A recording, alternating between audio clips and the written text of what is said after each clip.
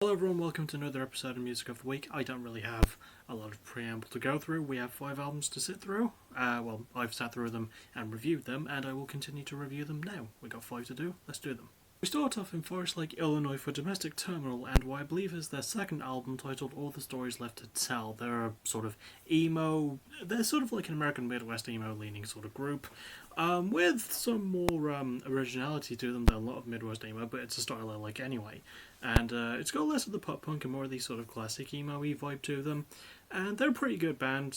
From what I understand, this is their first with a 4th member as well. And yeah, not really many complaints about this. I really liked it. I'm giving it a B. I don't think it's as perfect as a lot of reviews I've seen saying it is, but I like the lyricism and the openness, and I think the lyrics are my favourite part as well. My least favourite might be the structuring. There are some songs that just drag on a little bit for me, but it's still really well handled for the most part. I like the band's performances. They are quite earnest and honest and charming, and the instrumental work is really good too. I like that there's not really many super heavy guitar riffs. I like that there's sort of a backseat with those, and it focuses more on like acoustic elements and things like that. Very Dashboard Confessionally in a way. But yeah, I highly recommend this album. It's good if you need some new emo in your life, and this is some pretty good new emo, so check it out. I also enjoyed the production too. I thought I'd get that out of the way really quick. Next we go to New York City for Imperial Triumphant and their 5th album, Spirit of Ecstasy. These are a very experimental style metal band with like lots of elements of jazz and fusion with that and stuff like that. And I don't know, this is just overly artsy-fartsy without really any substance to it. I'm giving this album the lowest grade of the episode, by the way, a C. I thought for the most part the musicianship itself was very technically impressive, but unfortunately the album suffers from so much wank. There's only 8 songs and the album is like, well, it's really fucking long. I don't know exactly how long, but it's really goddamn long. For 8 songs, that's not good. I don't have anything against the band performances either, and I like their masks, but yeah, no, this album just didn't do a lot for me personally. It was alright. It wasn't overly horrible, and I can appreciate the good things about it, but the lyrics are a little bit cliche for me. The structuring, again, is just really weirdly paced, and the production, I didn't really understand because it was like super pretty, but at the same time I couldn't really understand a lot of what was going on.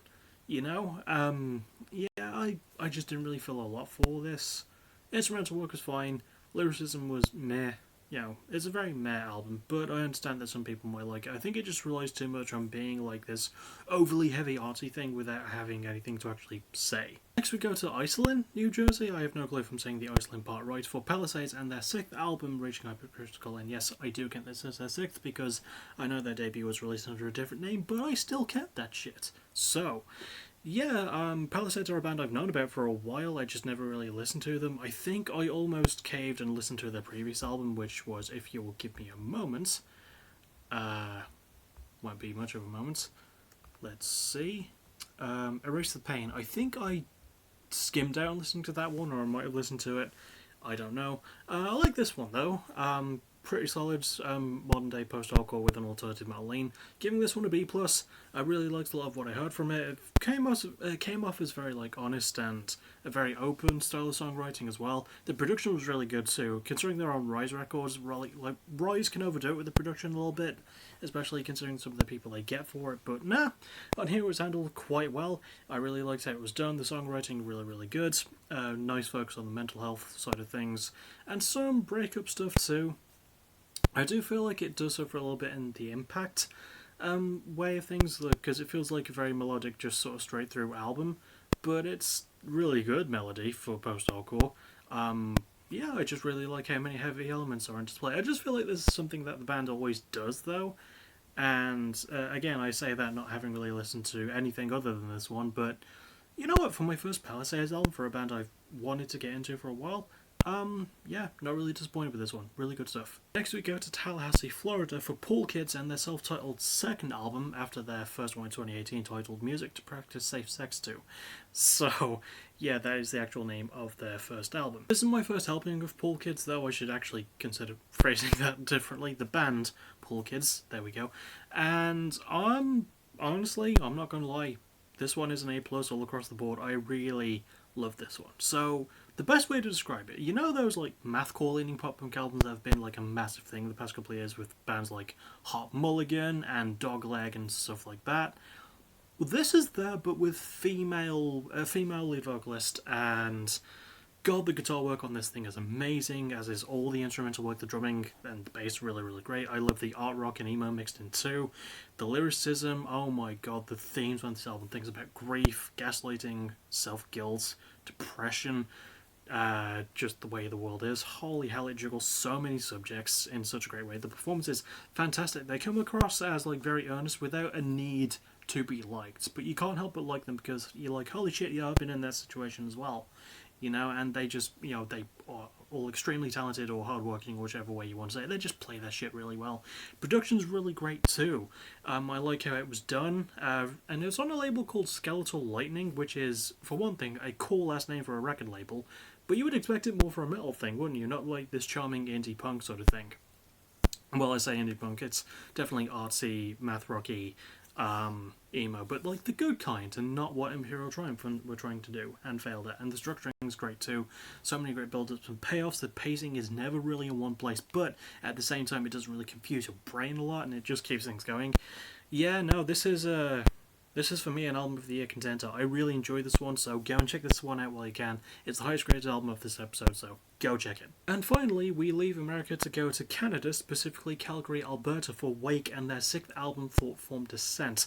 These are a black metal / death metal leaning band, and people know my thoughts on that style, especially in the modern day. It does focus again on the heaviness side of things, but I don't know, I sort of liked how this one was done in comparison to those. This one gets a B. I liked the sort of philosophical stance with the lyrics, and the instrumentation was again really great, as it usually is in black metal. It can be a little bit to keep up with, but when you can keep up with it, it's really, really good. I like the performances of the band members as well. Their drummer Josh Buchert, I hope I'm saying that right, absolutely smashes it on the kit. Now, pun maximally intended. I don't know if maximally is a word, but it is now. Yeah, lyrically actually quite solid. I couldn't find a lot on them, but from what little I can understand, because black metal lyrics are not meant to really be sung or caught onto a lot, I did enjoy it. You know, the cover art's really nice too. That's a bonus. Production's really nice as well. This is an album that revels in the ugliness of its production, and this is some ugly production, but in the best possible way. And yeah, the performance is really great. Songwriting's really good. I don't mind the structuring either, because while this one does also have like only 8 songs that do drag on a lot, they actually, you know, not to just fill it with pointless wankery. Imperial Triumphants. I know, I didn't fully hate that album, good lord, but yeah, this one also really good. And if you need some new black metal, well, I say new black metal, Wake have been around for 13 years, maybe check this one out. And that will about do it. The next thing I'll see for, well, tomorrow night, the start of my new Let's Play, which is going to be Peggle, and can't really guarantee a lot past that. Maybe more Peggle on Saturday, possibly a Fire the Night review on Sunday. That'll really about do it. I'll see you tomorrow night. As always, thank you for watching, Rawson. Bye bye. Oh, aha. Almost forgot to do this. Most recommended album? Well, I would say pretty much anything except for Imperial Triumphants, but if I had to pick one, definitely Paul Kidd's second album. Just go and find it and listen to it. It's really good. Self-titled, Paul Kids by Paul Kids. Go and find it and listen to it. Okay, now that I've done that, as always, thank you for watching. You're awesome.